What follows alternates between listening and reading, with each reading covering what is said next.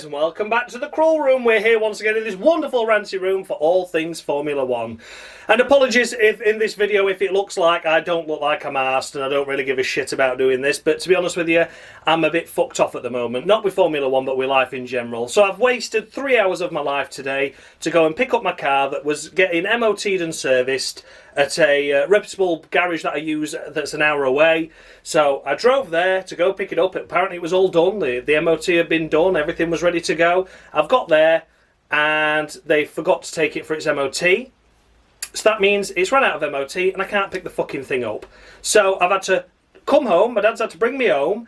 Then we got stuck on the M1. We've had fucking traffic. We've had a vehicle fire. We've had everything. So yeah, totaling about 3 hours wasted journey back home. It's now 7 o'clock in the evening. I've got to record this thing on the Monday to then get it up for tomorrow for you. And I'm just fucking fed up with life, to be honest with you. I'm really fucking stealing. The fact is, I weren't even given an apology when I got there. And apparently it was somehow like, oh, miscommunication. And oh, we were going to ring you. We were going to ring you. Were you really? Well, it'd be nice to fucking ring me before I set off, wouldn't it? But I've wasted 3 hours of my fucking day today pissing about with shit, and I'm still going to have to go and pick it back up again when it's next booked in for its MOT next Tuesday. So when this video goes out a week tomorrow, it's just a fucking joke. And I can't even... I'm supposed to be at a car show on Sunday, and I can't go because I've not got my bloody car. So yeah, I'm absolutely fuming anyway. So yeah, apologies for that. And yeah, so if I don't look arsed, that's why, you know. It's not to do with Formula 1, it's not to do with you guys. I'm just fucked off with all the situation. I've wasted 3 hours of my life to not get my car back. To be here. Anyway, I'm fucking sweating as well. I'm sort of sticky. It's like 28 degrees today. It's just a fucking joke. Anyway, here we go. If you've never seen this series before, I award the drivers out a maximum of 10 points based on their race weekend's performance. And I go all the way to down 0 if they have a particularly bad one. Take a look out for bonus points, though. They're sometimes enough. Some drivers that do something extra special, and I do award minus points on the very rare occasion to those drivers that do something extra special, but for all the wrong reasons. So we're going to take a look and see the current leaderboard. Then it's on the screen now for you to take a look at. Have a look and see where your favourite driver is, and whether you can see him going up or going down based on this race weekend. Will I score them fairly? Or will I score them harshly? Let's kick the video off with the race winner then, Max Verstappen. Yeah, great weekend once again by Max, wasn't it? He didn't have it all his own way though, did he? It must be said. Okay, yeah, last 30, 40 laps or whatever he did. But yeah, didn't get pole, started second. Didn't get a good start off the line. He wasn't able to capitalise and jump Carlos Sainz in that department.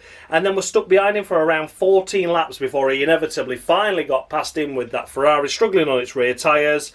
And Max Verstappen glided his way through after a couple of failed attempts previously as well, it must be said. And yeah, then from there he just stormed to victory and won the race once again. So bravo Max Verstappen. His 10th win in a row now, which is a record breaker, beating, of course, Sebastian Vettel, who got 9 in a row towards the end of the 2013 season. Unstoppable he was. But yeah, Max Verstappen has broken that record 10 years later with 10 wins. Will it be 11? I'm sure it will be. Will it be 12? Probably.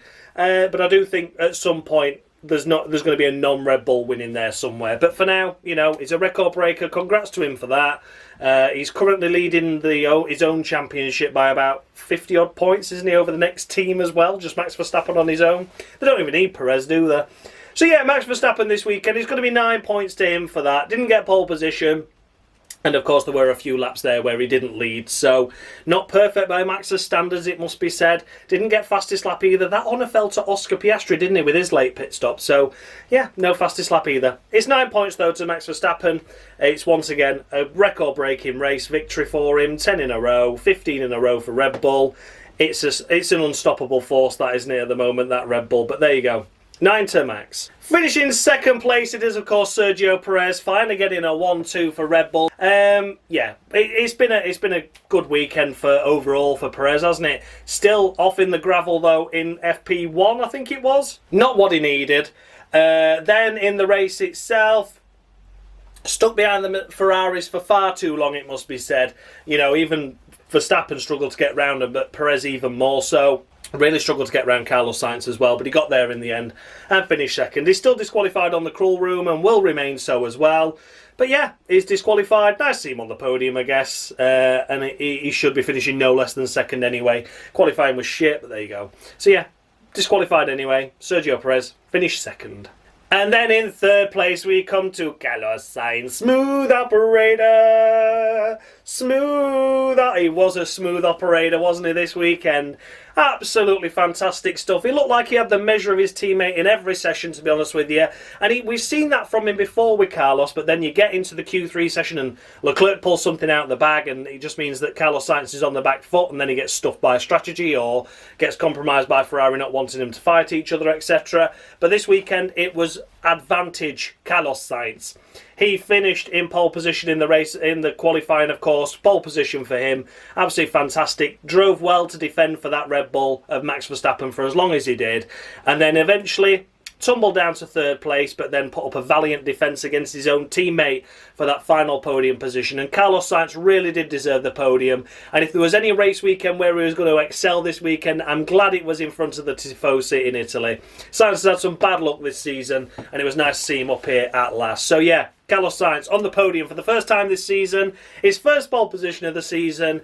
It's come at the great track as well, and it's put up an impressive defensive drive. So it's going to be 10.5 for me for Carlos Sainz. Half a bonus point there. The only reason why I've maybe not given him a full bonus point, etc., is because when it got towards the end of defending from Perez, it did start to get a little bit late for my liking. Was still borderline, wasn't over the limit, didn't deserve a penalty or anything like that, but it was just slightly over the limit for me personally. But nonetheless, 10.5 to Carlos Sainz. Finishing in fourth place, we come to Sha-la-la. Sha-la-la. Finishing in fourth place in the fellow Ferrari. Good weekend for Ferrari overall. And they look to have decent pace, didn't they? They look like the second best team all race. That was a good effort, that. Really good effort. I was pleased with them for it. Charles Leclerc, though, this race, he had the, he didn't have the measure of his teammate, did he? He didn't. He was, on the back foot in qualifying, qualified third. Then in the race, just towards the end there, it looked like he could maybe get past Carlos. But he didn't. And then there was just that little lock-up into turn one. Well, I say little lock-up. It was quite a significant lock-up, wasn't it? Because that could have gone really wrong. And that could have seen both Ferraris out. So, yeah, it was nice to see the Ferraris fighting for position, though. Gave the fans something to ooh and ah about, especially for us on telly. For the fans at the circuit, it might have been a little bit different. They wouldn't have wanted to see the Ferraris battling, really. They'd have wanted to see the 3-4 come home as they were. But yeah, nonetheless, Charles Leclerc this weekend, good weekend, but not as good as Carlos overall. So for me, it's going to be 8.5 to Shalala for his solid weekend this weekend, and just a couple of less than his teammate Carlos, who was really the most, I don't know how you word it really, but he was the most sort of like all-round Ferrari driver this weekend, Carlos, wasn't he? It was nice to see him do well. And Carlos did great. Charles did great, but just not as good. So yeah, 8.5 to Shalala. Finishing in fifth place, we come to George of the Russell. Watch out for that top five. And here he is back again. Been a long time since I've said top five, isn't it, for George? Though he's fucking around somewhere, isn't he? This race was no exception, though. Didn't go without a hitch, did it? Qualifying was good, qualifying was decent. Fifth place in the end was probably the best he was going to get this weekend. Nothing against that. But what a silly mistake to make coming out the pit lane there, where he was alongside Esteban Ocon, coming out the pit exit. Esteban Ocon on a completely different race strategy to him. He bounced over the curb and rumble strip at turn one, missed the chicane basically, and got ahead of Ocon that way and just didn't concede position. So got himself a 5-second time penalty. It was silly, wasn't it? Silly error. So for George Russell, I've awarded him 6 points. I think it's a worthy 6, just a little bit better than average, but I would like to have seen a lot more from him. Mainly those bulk of the points come from the good qualifying effort. He was up there, wasn't he? He was up there. Was he third? Was he fourth? I can't remember, but he was up there. And then, yeah, there he is just in this race, finishing 5th. 5-second time penalty. It didn't matter. But it's just a little silly error there, and I'm just getting sick of silly errors and shit. So yeah, signed for next year with the Mercedes squad, of course, until 2025, actually. Not just for him, but for Lewis Hamilton as well, which is good. And yeah, he did okay, but nothing brilliant. 6 to George of the Russell. Finishing in 6th place, we come to Lewis Hamilton.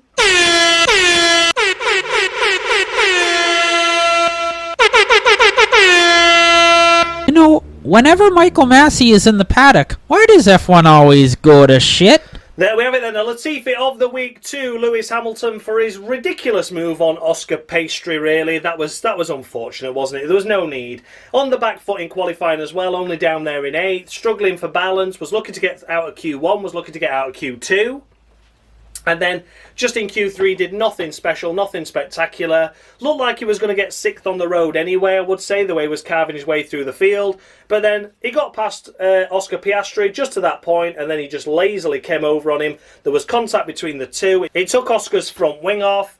Hamilton didn't have any damage from it, but got a 5-second time penalty, but was able to carry on, still carve his way through to 6th place anyway, and then and then that 5-second penalty didn't matter because he finished over 7 seconds ahead of Alex Albon. So, yeah, Lewis Hamilton had to be a Latifi of the week. The FIA really didn't punish him. I always think if you take a car out or severely hinder a car, you should get a drive-through for that. I think if you tag a car and it just goes a little bit wide... I mean, we've seen 5-second time penalties before for lesser stuff, haven't we?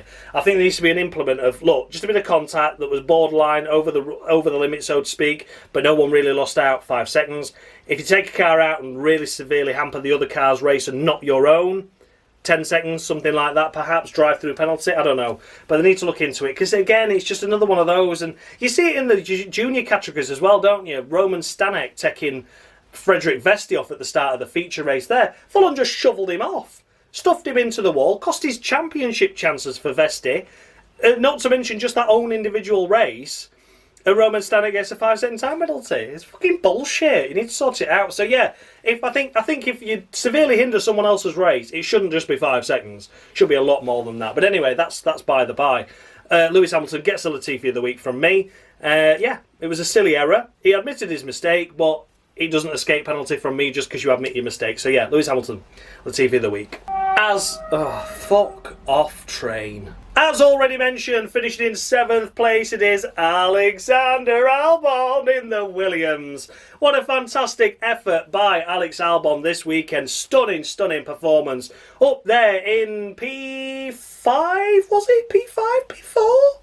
P6? I can't remember. It was up there though, wasn't he? He was doing really, really well in the race. He was up there inside the top 6, top 7 area. And that is where he stayed. Williams have this bizarre strategy of just sticking him on tyres really early so he gets the advantage over everyone else. No one else can overcut him because he's doing such a great pace. And then as the Williams tyres fall away, they're just fast enough in a straight line to go, yeah, we shit round the corners, but, you know, we come to the straight, we can fuck off and leave you. And he did such a great job, only losing out to Lewis Hamilton in the end there, which was a far more superior car. The McLarens that were stuck behind him as well, I would say they are a slightly more superior car, but just couldn't get the advantage over him, just too slippery in a straight line. And the McLarens feared that as well at the start.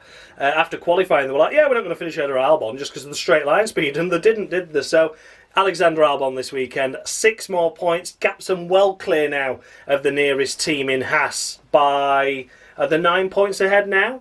I think it will be. Or will it be? No, it'll be 10, won't it? Scored 4 last weekend, 6 this. They're going to be a whole 10 points ahead after 2 rounds. I said points were going to come from at Zandvoort and at Monza, and he has delivered the goods. So yeah, happy to be proven right as always. I am never wrong, me. And it's going to be a full 10 points to Alex Albon. It cannot be anything less for that. Once again, a mammoth defensive drive-in.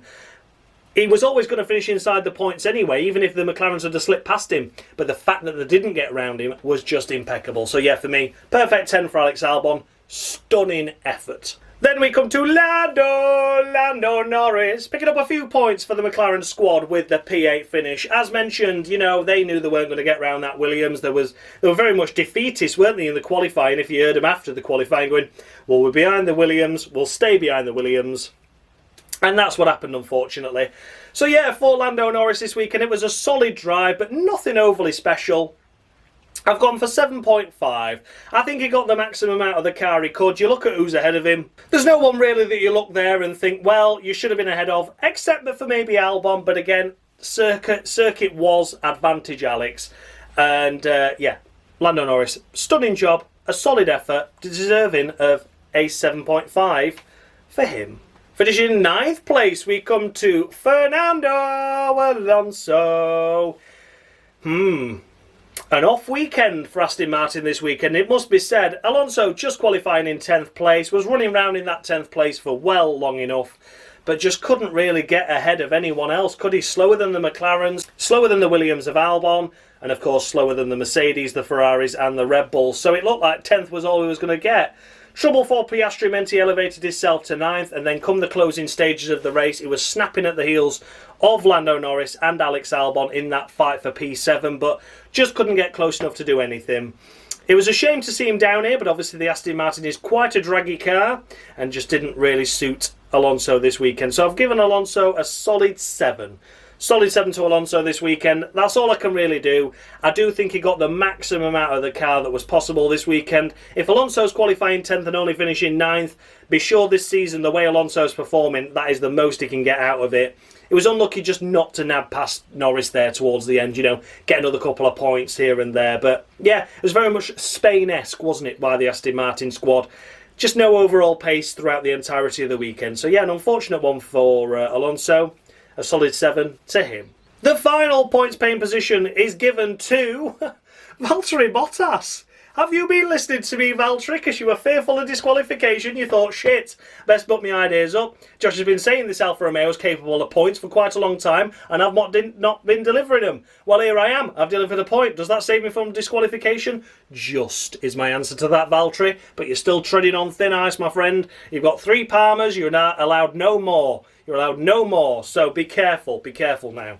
Valtteri Bottas escapes disqualification with that points finish, which is a crucial point, admittedly. Closes the gap up to Haas, and Haas looking P nowhere at the moment. So if they keeps picking up these 1s and 2s, Valtteri, for the rest of the season, you never know. He might make it to the end yet, but I highly doubt it. I'm sure he'll fuck up somewhere. But yeah, Valtteri Bottas is going to be a solid 7 for me by him. I'm not giving him anything else special. I'm not going to go ranting and raving and singing his praises, because I think during the weekends where he's been anonymous and I didn't really know what he was up to, I was overscoring him previously. So I think this is fair. Probably deserving of an 8, maybe 8.5. And I'm giving him a 7. So, you know, it all balances out in the end. But yeah, it was an impressive drive, but I think I've overscored him in previous races, so I'm underscoring him here just a little bit. But he does escape disqualification, and that's the main thing. He has listened to me. How long he'll listen to me will remain another question, but for now, he survives and he's scoring 7. Well done, Valtteri. Finishing in 11th place, we come to Liam Lawson. Now, I can't remember where he was on the road. There was a couple of 5-second time penalties for a couple of cars behind him. Was he 12th on the road, elevated to 11th? I believe that's how it lied. Yeah, Liam Lawson just missing out on the points. Unlucky, so unfortunate to be just outside on the fringes of the points. In the end, of course. But what a cracking effort. A 10th away from Yuki Tsunoda in qualifying. Yuki qualified 11th. Liam Lawson in 12th. That was Alpha Tauri's best qualifying for ages. And he's just proving that he's got the skill, hasn't he? He's got the skill, he's got the ability. There's rumours now that Ricciardo certainly won't be back for Singapore, and that Japan might be too soon as well. So expect him back for Qatar. That's the rumours at the moment. So Liam Lawson could have another couple of races in him to score some massive points. But, you know, be a big hitter in the Red Bull squad. Not massive points in terms of actual race points. It'd be not lovely if he picked a point up, of course. But I think in terms of massive points against him, earning points with Red Bull, like big tick Lawson, only just that far away from Yuki. Big tick, great qualifying. Big tick, great race result. Big tick, you're not crashing it every session. Big tick, you know, I think he's ticking a lot of boxes, and I think Helmut Marko's looking at him going, I want to fuck this boy's career up. I think that's what he's looking at the moment, thinking, how can I get him into this Alpha Tauri seat and then just ditch him after 10 races? Because I feel like I want to. We'll have to see. We'll have to see. But for now, Liam Lawson, stunning weekend once again. This close to Q3, this close to scoring points in a dog shit car on only his 2nd weekend. Bravo, Liam. Bravo. It's 9 points to you, my friend. Fantastic effort this weekend. Well deserving of a 9 points. A great score. And yeah, very well done to him. 9 points to Liam Lawson. And then we come to Oscar Pastry. What's your favourite pastry? I'm not quite sure at the moment. We're going to go right craving for sausage rolls. I could eat a sausage. I'll tell you what I had a really weird craving for last night, actually, going off subject. I really had a craving for, you know, like birthday cake. You know, like someone's made you a birthday cake and it's got the icing and the fondant on it. I had a right craving for the icing and the fondant. Like, you know, like eating a happy birthday, you know, when they pipe it out. I was like fancied eating an H and an A and getting a bit of fondant and icing and shoveling it in. And I had a right... Actually, I've got a craving again now, thinking about it. Yeah, not good, is it? We've got a problem. We've got a serious problem. Anyway, Oscar Pastry, what's your favourite pastry? Finishing down here in 12th place, crossing the line in an unlucky 13th, elevated to 12th. Shame. Just a big shame. There was points on offer there for him. Wouldn't have been anything special. It'd have been 8th, 9th at very best, you know. Wasn't looking like it was going to be a big points haul, but it would have been a couple. Especially when Alpine weren't scoring points. You know, any points that McLaren can get to edge Alpine, you know, further away from them would have been a benefit. But as it was, he got took out by Hamilton, and that was that really. So it wasn't his fault, but that's life, isn't it? One of those things. And yeah, Oscar Pastry is going to score 7 points on the crawl room for me. 7 points to him, because that's all I really want to give him. I think, you know, I've scored Lando Norris 7.5, was just slightly better than Oscar. I don't want to, you know, discredit the fact that there's all these positions. We know why that is. Oscar had to have a pit stop for a wing. Yeah, shame really that he didn't pick up the points, but overall pretty much matched his teammate all weekend. So yeah, a solid 7 to Oscar Pastry. And then we come to Logan Sargent.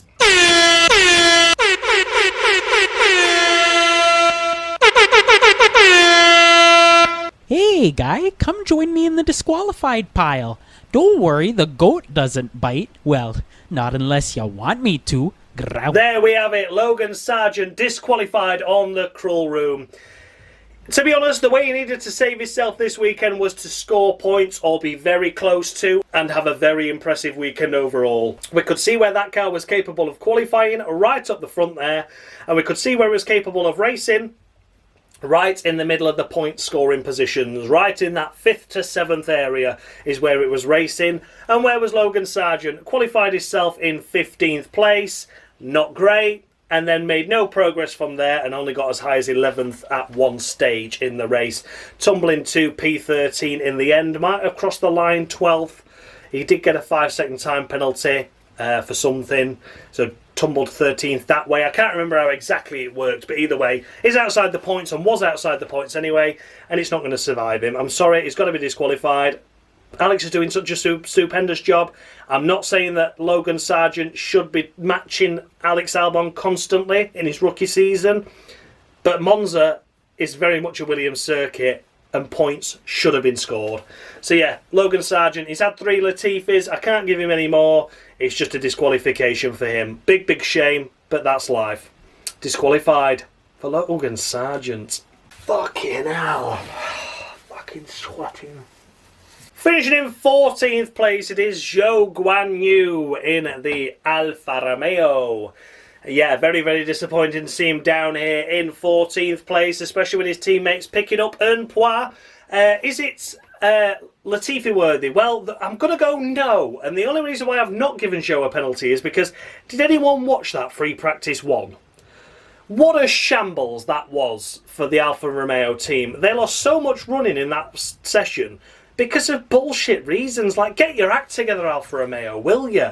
You know, they couldn't get out the pit lane because the anti-stall kept kicking in, so they basically installed the software wrong on the car, so the car was just kicking anti-stalling constantly, so Zhou couldn't leave the pit lane. They had to bring him back into the pits for that, compromised his running straight away there, did that, reset the service, you know, restored to factory settings, Control-Alt-Delete, all that bollocks, got him going again, and the car was just running far too low. You could just see it just hitting the ground. It wasn't porpoising as such. It was just hitting the ground like that because there were slight bumps down the straight. It was running well too low. I don't know what on earth they were thinking. It was the same issue for Zhou as it was for Bottas. So it was uniform across. They just fucked up. So, yeah, the reason why I think Zhou should be a little bit lenient of not getting a Latifi is because FP1 was a write-off for him. Okay, you know, Bottas recovered well, but Zhou just deserves a little bit of a, you know, a little bit of leeway for that. That's just a big team fuck-up that shouldn't happen. Zhou Guanyu, though, it wasn't anything special. He's getting 3 points for that. I'm not going to sing his praises. There's nothing to really sing about, but he just needs to be lucky he wasn't awarded a Latifi, because had that FP1 gone without a hitch, then yeah, he'd have been getting a Latifi. So yeah, he needs to thank his team for fucking up for saving him a Latifi, because I just think he lost so much running in FP1. Maybe that could have made all the difference. I know it wouldn't have done, but I need to give him a little bit of leeway, and that's why it's just 3 points to Zhou Guanyu. Really, really needs to book his ideas up. Then we come to Pierre Gasly, finishing behind Zhou Guanyu. What an awful race for Alpine this weekend, really. Just P nowhere. Both out in Q1. Both running round at the back. I don't really know what to do, to be honest. And I don't really know what to say. So, for Pierre Gasly, I've just scored him 4. 4 points to Pierre Gasly. Terrible. Terrible, really. Just no pace at all. Bit like Aston Martin, just seemingly gone lost. Bit draggy this weekend, maybe. Not quite as strong down the straights. And, yeah, here he is. So, yeah, finishing in a pathetic area. Just 4 points to Pierre Gasly. And then we come to Lance Stroll. Now, I'm sick and tired of this shit now. I really, really am. I've disqualified him months ago, and I don't know what else I can do with him. He's just fucking useless. Like, I need to make harsher penalties for someone that I've disqualified and still continues to under-deliver and aggravate me whilst doing so. 20th. Fucking 20th. Like, what are we doing in qualifying? And then in the race, he finishes 15th, two of which 2 cars retired, who obviously were ahead of him because he was 20th. He's behind Zhou, who I'm not singing his praises for. He's behind Logan Sargent, who I've now disqualified for a poor performance. Like, who else? Who else does he have to finish behind? It's just fucking ridiculous. And it is shit. Absolutely dog shit. I cannot believe that no one's even questioning. The people, the consortium that have bought Aston Martin out, along with Lance Stroll's daddy, Lawrence, they've got to be ringing Lawrence up and going, get in the fuck out that car, will you? You're costing us money. They've lost second in the Constructors due to him. It looks like they're going to lose third in the Constructors due to Ferrari now improving. You know, Ferrari have shit days, but at least they have both cars in the points. It's a fucking joke. It's an absolute joke. It is dog shit. It's a farce. I'm sorry, it's just fucking ridiculous. So yeah, Lance Stroll, if he ran a car garage, he'd be the kind of guy that'd tell you your car's ready to pick up and then it had not even been looked at and he'd forgotten all about it.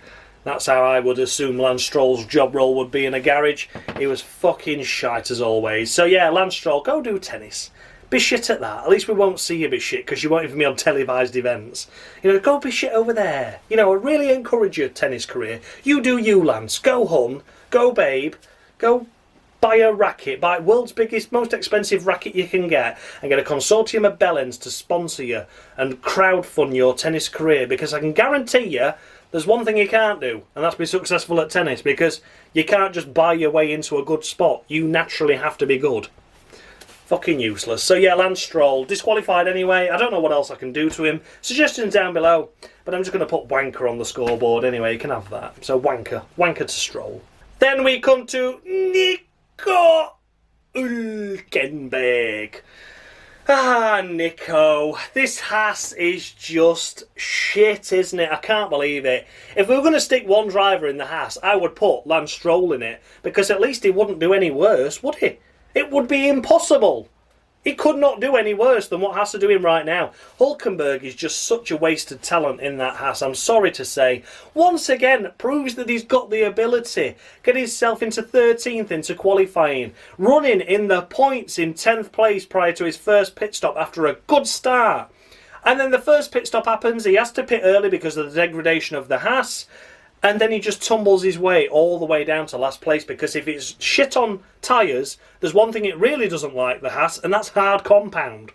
So they put him on the hard compound and he drops like a stone. I can't do anything. Hulkenberg can't do anything. You know, it's just such a wasted opportunity. He puts himself in positions where prior to the pit stop, he is in the points. And if that Haas had some good tyre wear and not the massive drop-off in degradation like it does, Hulkenberg would be close to or in the points pretty much every race this season, I would say. If you look at him, you know, Spa was an anomaly where he didn't get a lapping in anything. But you look at Hulkenberg's qualifying performances and look up to the first pit stop. That's how you have to judge Hulkenberg's race weekend. Judge it up to the first pit stop. Where was he? It was in the points. Right, okay. Well, I'm convinced then, if the Haas had some bloody pace and some good tyre wear, he'd stay there. He'd be in and around that area. Yeah, Hulkenberg, wasted talent. I've been harsh here and only given him 6.5, but I think I'm going to have to start giving Hulkenberg more because he's doing what he can. You know, he ultimately finishes last or second to last or towards the back at least, but it's not his fault. The degradation is just piss poor on that car. So yeah, 6.5 to Nico Hulkenberg. Then we come to the last of the runners, and it is, of course, Kevin Magnuson.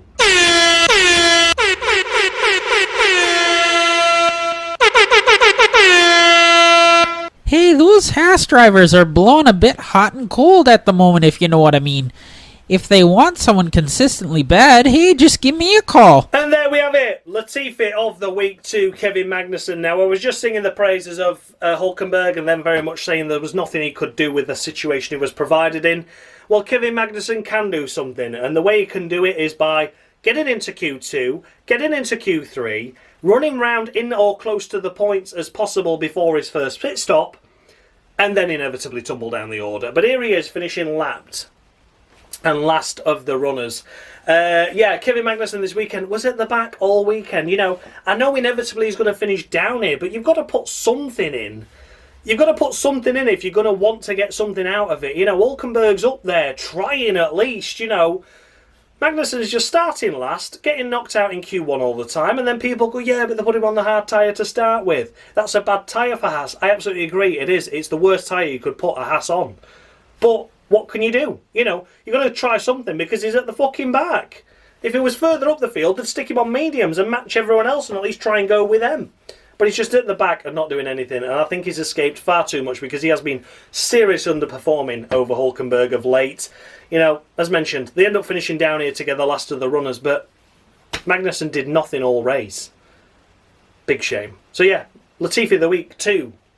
Kevin Magnuson. Then we come to the last retirement in the race, the first on this list, of course, and it is Esteban Ocon. Esti Ocon. Esti bestie to you. Ain't like Esteban Ocon. Well, there we go. Very lacklustre weekend overall by Esti Bestie. And yeah, very unfortunate way to end his race. We don't even know how it ended. And that's how anonymous he was. He was just out. So there you go. 3 points to Esteban Ocon this weekend. Not really much more I can do. And look at his teammate 4. It was just a poor weekend, wasn't it? And then last but by no means least, we come to Yuki Tsunoda. Oh, a DNS. A DNS. He's second in 3 years round Monza that he has DNS'd. Unfortunate way to go. Engine failure on the formation lap. What a shame. What a shame.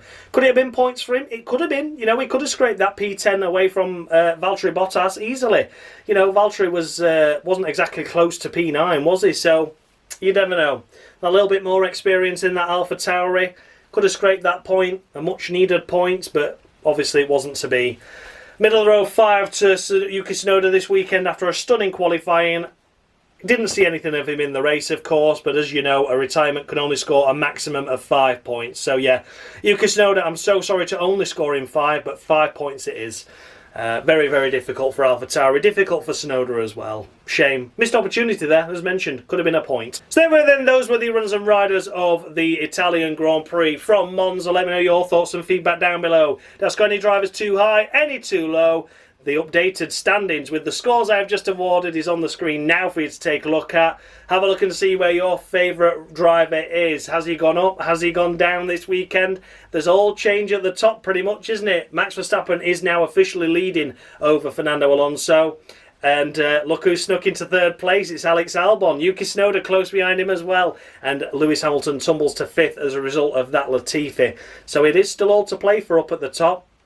Just think, without those 3 drivers in 3rd, 4th and 5th not picking up a Latifi, if they'd have all done well in their respective races there where they were awarded one, this could have been a 5-horse race. I mean, it still technically is. Anyone can win. You know, I could just score Nico Hulkenberg 3,000 points because I feel sorry for him. If that's how I'm inclined, that's what I'll do. But yeah, at the minute, It's very tight at the top and only getting tighter, I can see. Massive thanks as always goes out to Dan of formerly Mushy Gaming, currently Dan Bartlett, for providing me with the scoreboard that you see on your screen right now, for the driver icons you see in the corner, for the intro, for the outro, and just being a general all-round great guy. Who can forget F1 Games PlayStation, of course, for making the Latifi of the Week skits that you all know and love. And a massive thanks goes out to Dominic Orlando for providing me with the voice of Nicholas Latifi as well. I'll see you all in a couple of weeks' time for the Singapore Grand Prix. And yeah, look forward to that one. Should be an interesting race, I'm sure. And yeah, we'll see what happens there. Thanks a lot for watching, guys. And as always, much love.